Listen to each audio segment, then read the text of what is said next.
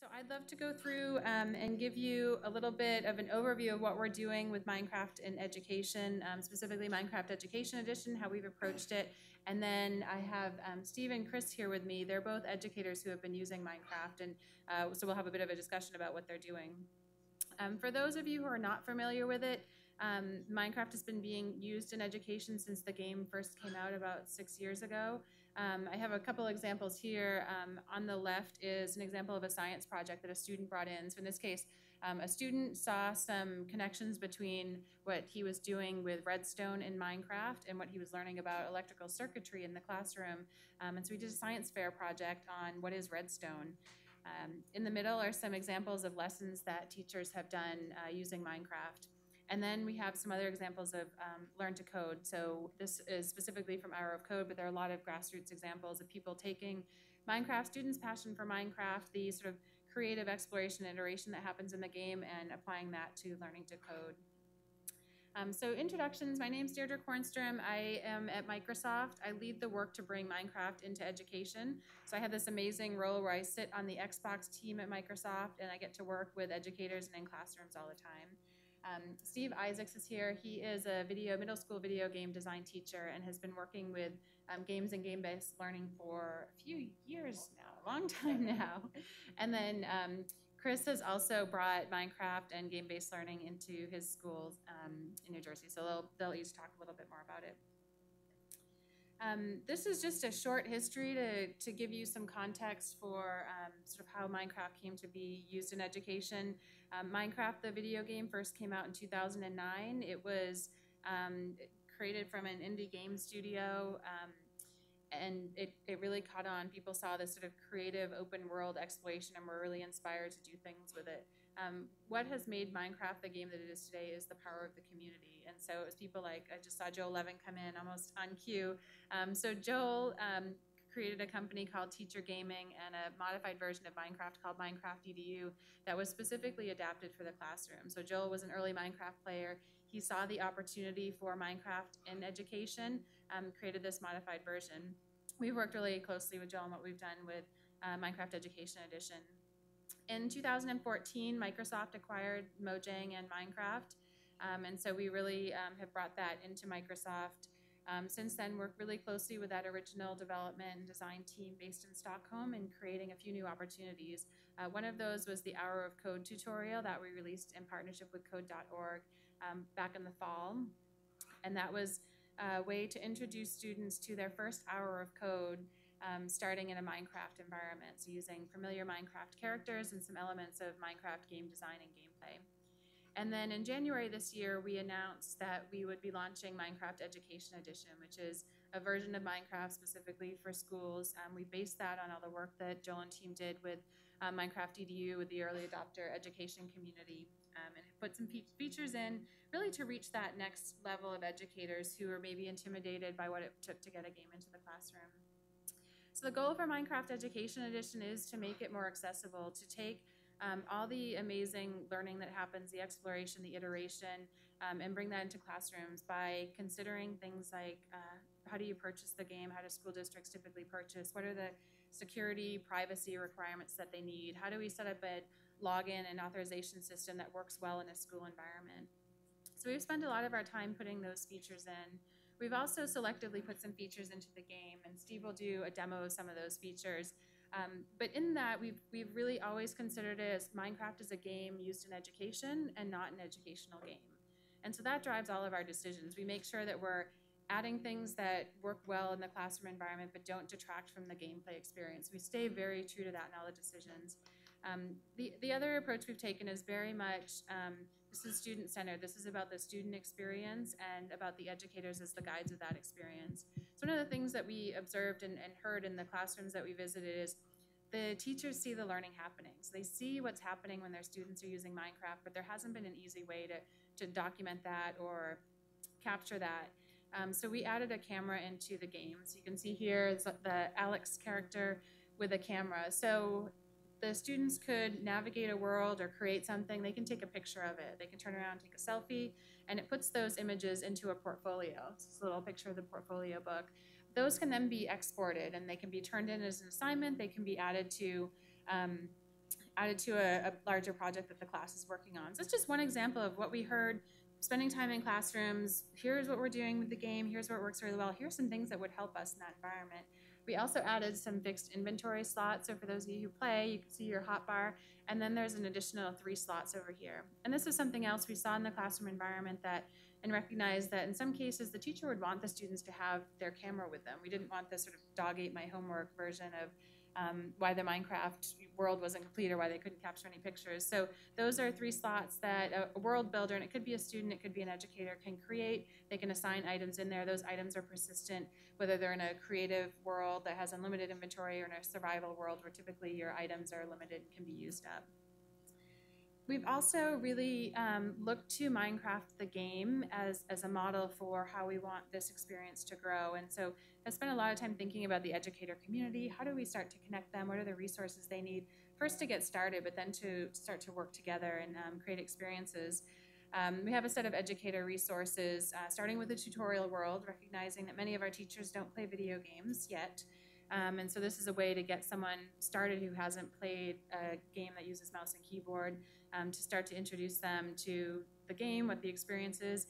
In about 20 or 25 minutes in this tutorial, someone can get up to speed well enough that they'd be able to run a lesson in a classroom. So they can learn the basic navigation, the basic features, what the features are that we've added to the Education Edition if they've maybe played other versions of Minecraft. So our goal is really to take that tutorial experience, to both build confidence and give basic awareness of the game, and then marry that with some of these lesson vignettes, some of these biomes. A biome is what the environment in Minecraft is like, and so if you're doing a unit on the Great Pyramids that maybe you've taught every year, you could pair that with a desert biome and very quickly sort of adapt that lesson to be something that you'd use Minecraft for part of it. We also have a set of lesson plans, and so these are more built out. These are coming from the educator community, and just some examples that we've started to gather. We released Minecraft Education Edition in early access about 2 weeks ago, and our goal is really throughout the summer months for educators to get in there, to try it, to experience it, to learn and think about how they'd include it in their curriculum, and start to contribute to this community of resources. And then coming in September, we'll have something called Classroom Mode. And this was, again, something we heard very much from the educators, something that in working with the team from Teacher Gaming and the experience from Minecraft EDU, we recognize there's a set of classroom management features that really make it much more palatable for an educator to bring it into their classroom. So this will be a second screen where the educator can be participating in the game without actually navigating in the world with the students. They'll have a top-down view of the map. With the students on it, they can engage in the chat without sort of walking around in the world and being present in the world. They can grant resources, they can teleport students. So it's this sort of overall teacher management console. This could be, again, depending on the experience, it could be used in a number of different ways. A student could have access to this as well if the teacher wanted to run it that way. The other piece I touched on briefly is Hour of Code. So when we think about Minecraft in education, it's definitely across age groups. We see teachers using it in early elementary to introduce students to technology. They may not have access to technology at home, or if they do, it's a tablet or a phone, so they aren't used to mouse and keyboard. So in many cases, Minecraft can be an introduction and equalizer to navigating 3D space, to working in an online environment with other players. We see it used in all different subjects, and one area that there's a lot of interest is in coding. So we worked with code.org. There's an Hour of Code tutorial. It's free. It's available to anyone on any device. You can go play it. We've had 23 million people go through that since November, which has definitely exceeded expectations on that. In the experience, it's very much sort of your first hour experience. You learn the basics. In a Minecraft world, we tried to bring some of the design elements into that. So there's persistent inventory. If you shear a sheep in the second level, you'll have wool later when you go to build your house. The coding is dragging and dropping blocks using Blockly, but you're able to see the JavaScript code. And throughout the experience, we try to connect what the students are doing with what a game designer, with what a Minecraft game designer would do to try to inspire that next set of activities. So with that, I want to introduce Steve Isaacs and have him go through a demo, talk a little bit what he's doing in a demo of Education Edition. Do you want to jump right over to that? Sure. Cool.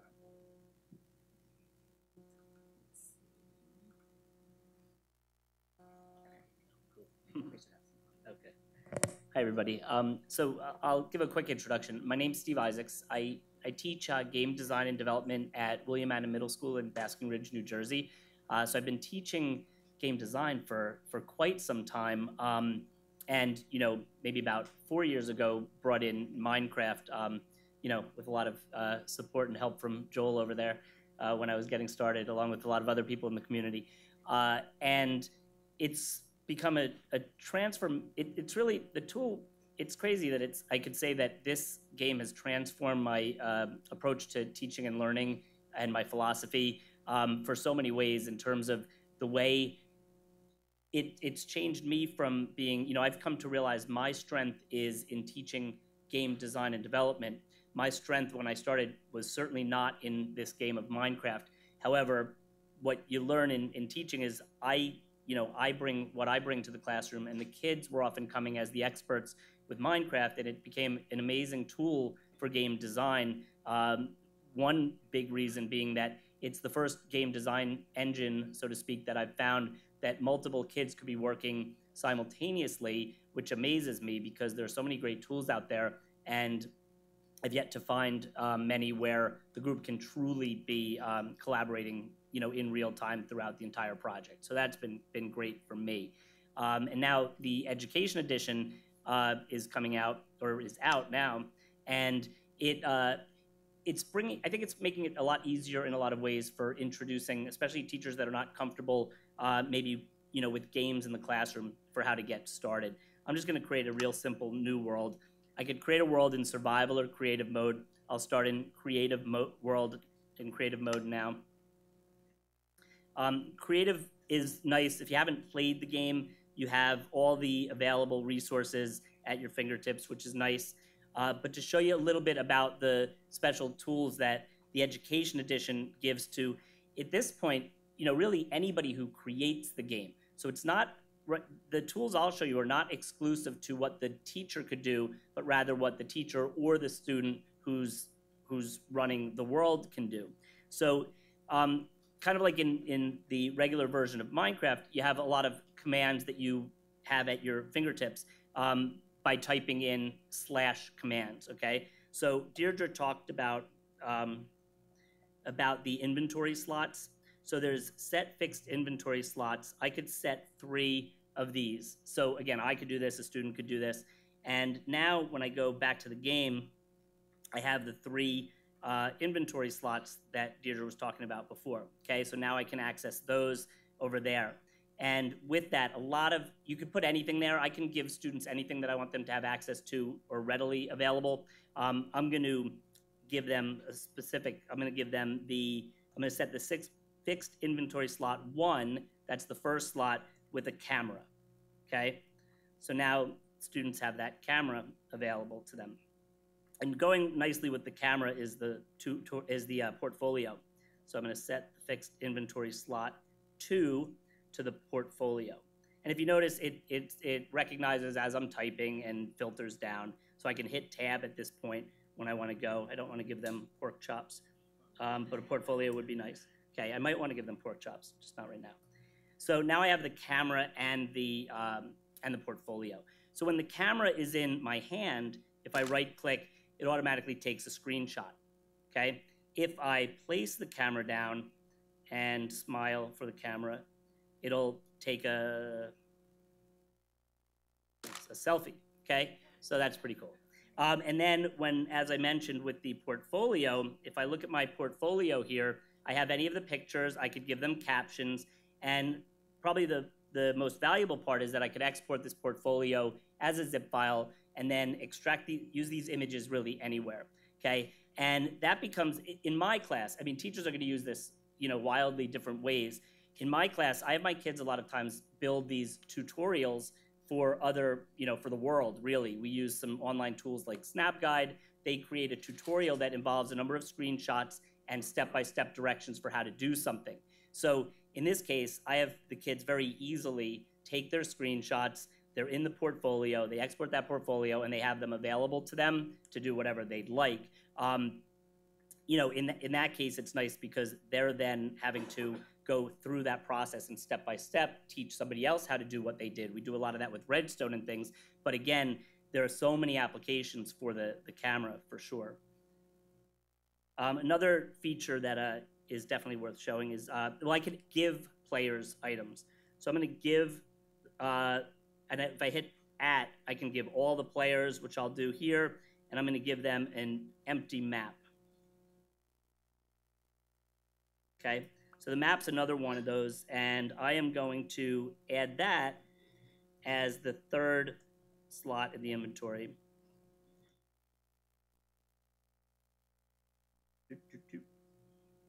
Okay, now I have a map there as well, and when I use that map, okay, wait, actually I'm going to do one other thing, sorry. I'm going to give myself world builder ability,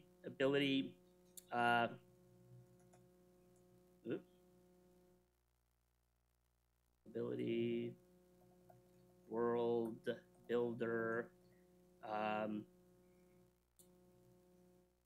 true.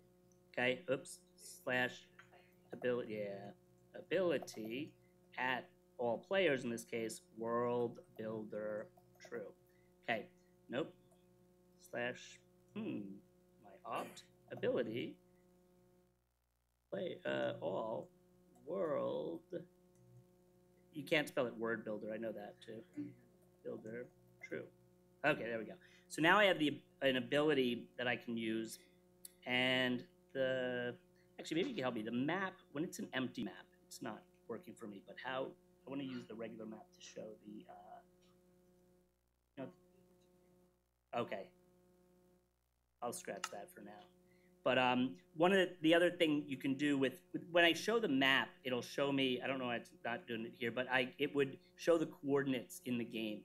Now, when you have coordinates in the game, there's a lot of other things you can do. Like you can use the fill ability, and I could fill from, let's say, where I am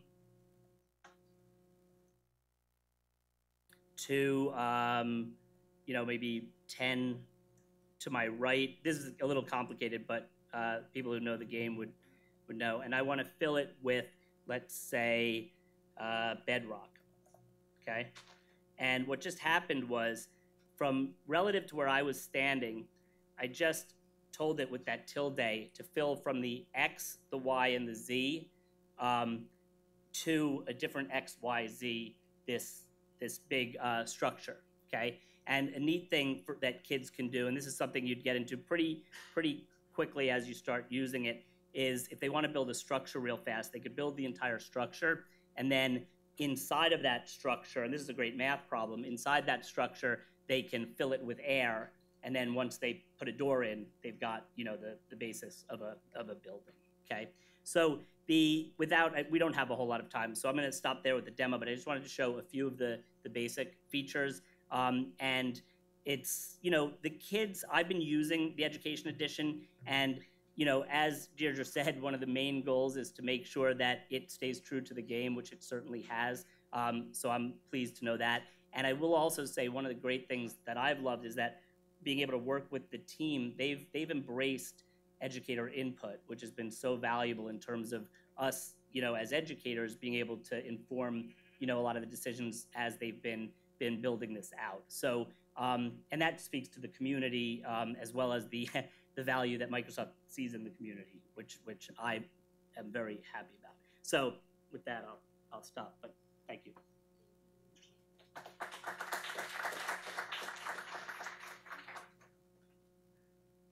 We only have 2 mics, so I have to stand over here. It's not, yeah, Steve hasn't done anything to offend me. So I'd love to transition now and do a little bit of Q&A. We could start, Chris, with your introduction. You can talk about what you're doing with Minecraft and games in your school. So my name's Chris Aviles. I'm a recovering high school English teacher. And I first learned about Minecraft when I was a high school English teacher. I taught at a Title I school, and I had a lot of students who were disengaged with pretty much anything I was doing in the classroom. So as part of changing my overall pedagogy, trying to better engage my kids, one thing that I did was I started to ask my kids to show me what they know, show me what they learned. And how they did that was totally up to them. And I remember I had, one of my guys, Adam, come up to me and he said, "Hey, can I build a Globe Theater in Minecraft?" And I had no idea what Minecraft was, but if it's not immoral, illegal, or dangerous, I let my kids do it.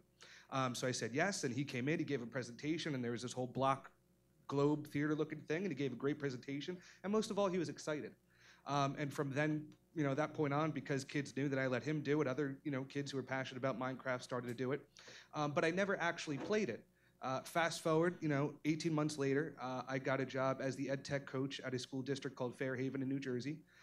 And there I spent half my day teaching teachers to better use technology. And the super exciting half is in my K-8 makerspace. I teach kids computer science, design and engineering, digital arts, and entrepreneurship. And Minecraft plays a big role in that. And when I got there, I knew I wanted to have kids design and learn computer science and some of the other great things you could do in Minecraft in our makerspace.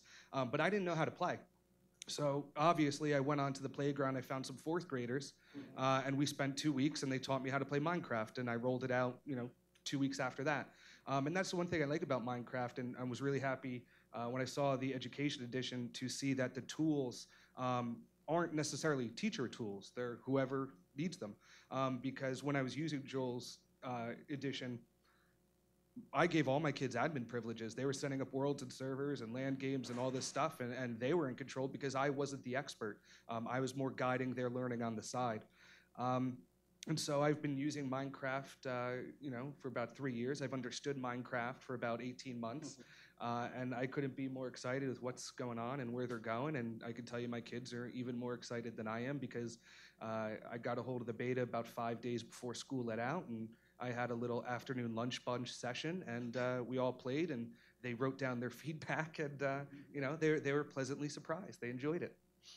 That's great. Thanks, Chris. I love how you talk about getting the fourth graders and having them show you the ropes with it. It's great. How do you both introduced Minecraft to a lot of teachers, both in your schools and just in your professional learning communities? How do you talk to skeptics about it? Well, it's funny. Luckily, there are less and less skeptics, I think, now. But my story is very much like a lot of people's story in that the power was in me letting go of control. Like Chris mentioned, bringing kids in, starting in a way that's a low barrier to entry. So whether it be lunchtime, after school.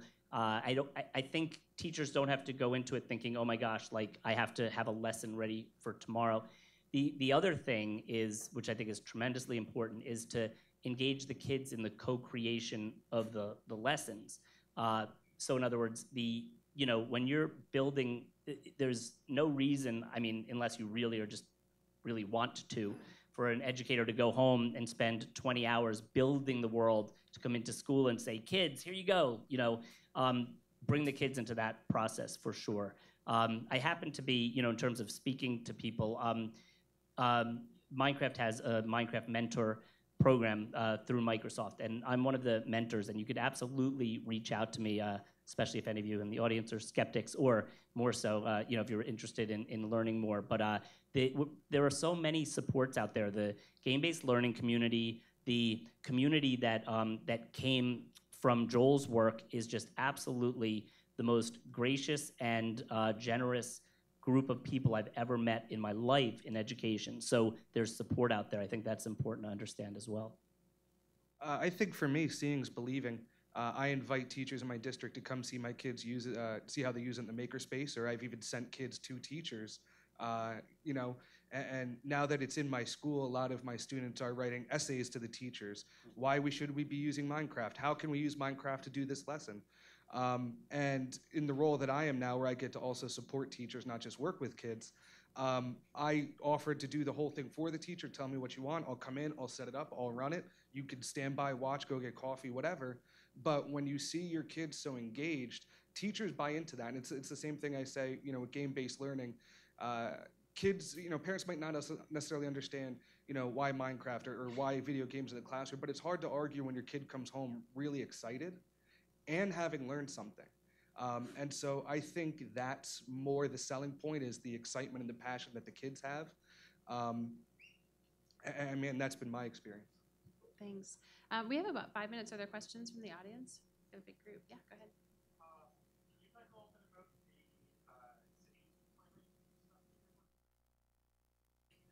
So it was actually a cool experiment. In kindergarten and first grade, we put the kids into groups, and we said, build your ideal community.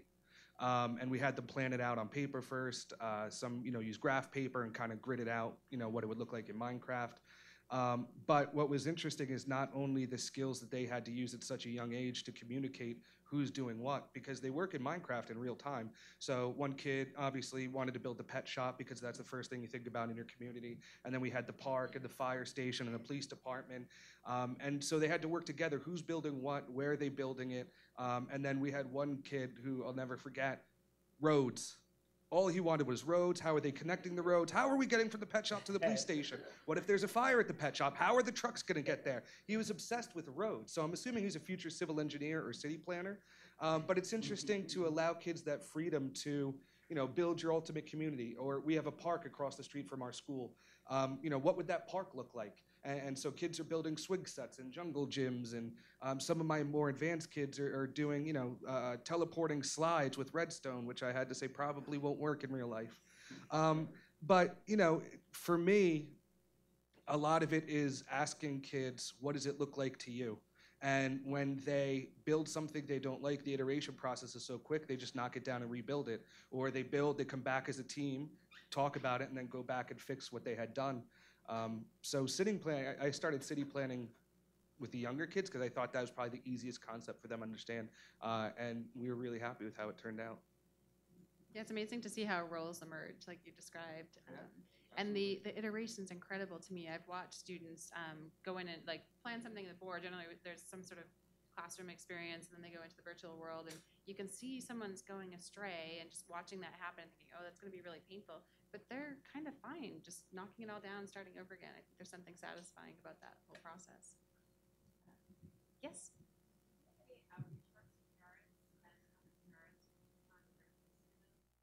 So the question, if you couldn't hear it, was, are we doing any outreach work with parents to help parents learn what the students are doing? Are you doing things locally? Yeah, like I said, I run the makerspace at my school, and the concept of a makerspace is kind of foreign to a lot of parents. So what I do is every Thursday, we have open makerspace night, and the parents come in with the kids and they build together, and a lot of the kids are doing Minecraft with the parents, and a lot of my older students, I'll tell you, one of the most valuable skills I think my older kids got from Minecraft is screencasting, the ability to record what they're doing and produce a video to show other people, which is really how most kids learn how to play Minecraft. But even for somebody like me, when my car breaks down, I go straight to YouTube, learn how to fix it, do it myself. So a lot of kids, why I'm so excited about the camera tools, my kids have to show evidence of what they've been doing. And so a lot of kids are making these screencasts and they're sending them home or sharing them with parents. And so they're seeing the whole process from start to finish and handing it to their parents in some kind of way that they could see. And we've done, this past school year, we had 2 community evenings in my school, myself and 2 other teachers hosted, called Coffee and Coding. And we were actually looking more at introducing parents to coding. We did use the Minecraft code.org activity.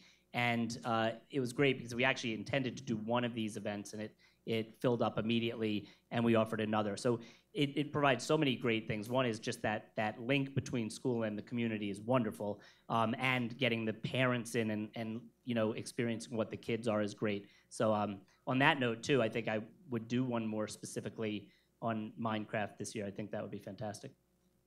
And we have some resources available.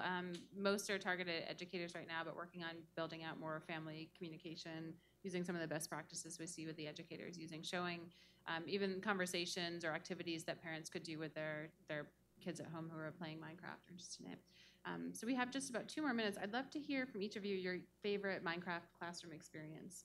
So I was thinking about this the other day because it's probably my favorite, but probably my least expected. So we know kind of STEAM is the new buzzword in education. You have science, technology, engineering, math, and you add the A, you have art for what we're hoping to get kids ready for the 21st century. And what was most surprising for me, because I don't necessarily tell my kids what to do in Minecraft, I let them kind of lead the way in that sense. I can't believe how popular pixel art got in my class.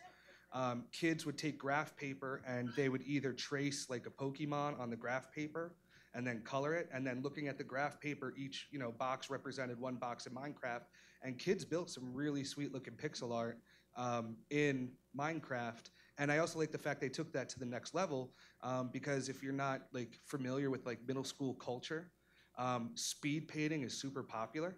And so what they did is they put pixel art into Minecraft, but they screencasted the whole thing and sped it up and then put it on YouTube. And so you can see them hand drawing to designing to coloring, you know, and I think they made like 30 or 40-second videos of a process that took them, you know, sometimes a week to do. So to me, you know, the app smashing, the different tools, the fact that, you know, they looked at Minecraft and they went to art and they used a graph paper to kind of map it out. And I'm sure there's a math lesson in there somewhere, but I taught English, so I don't know what it is. But I thought it was, that was my most surprising and interesting thing that I saw out of my kids this year. For me, you know, learning with and from my kids has been awesome. You know, I went into it, you know, certain things I wasn't so aware of, and we started using, you know, a server in class that was a little bit limited, and I had a kid that said, I really need this, you know, to be able to do what I want to do. So I had another kid who happened to be, you know, running his own server at home. So he volunteered to create a server for us. So I'm like, okay, that's great. And then what happened day by day, and it was great for just even building a relationship with this kid. I would ask him, I would have an idea, like what I'd really like to do is have a situation where if every kid's creating their game, can we set up a separate world for each of them, but have them all linked together? So of course he had an answer, you know, we could use multiverse, okay? You know, and then each day when I asked for something else, he would go home, figure it out, come in, and then ultimately he would then teach me just enough of the admin privileges so that I could, you know, give kids, you know, resources they might need or help them with certain things, or at least, you know, I could at least, you know, be the supervisor teacher when I needed to. And also just to create these worlds for kids and stuff. And it was just so great to have him each day. That became his whole role for the classes. He was like the server guy. And it was just super cool. And just to learn, like I say, to have him take that on, embrace it, and then other kids too, with everything where at the points where I was learning, for kids to be so excited and empowered to teach teachers, you know, how to use something is a pretty great thing to see. Thank you. We're out of time. I want to thank both of you, and I also want to acknowledge Games for Change and this game-based learning community for the work that everyone has done to pave the way. There's times where I sit back and kind of, you know, think it's a little bit crazy that we're bringing Minecraft into classrooms and that teachers are, you know, really excited and inspired to be using this. It's pretty amazing. Thanks, everyone.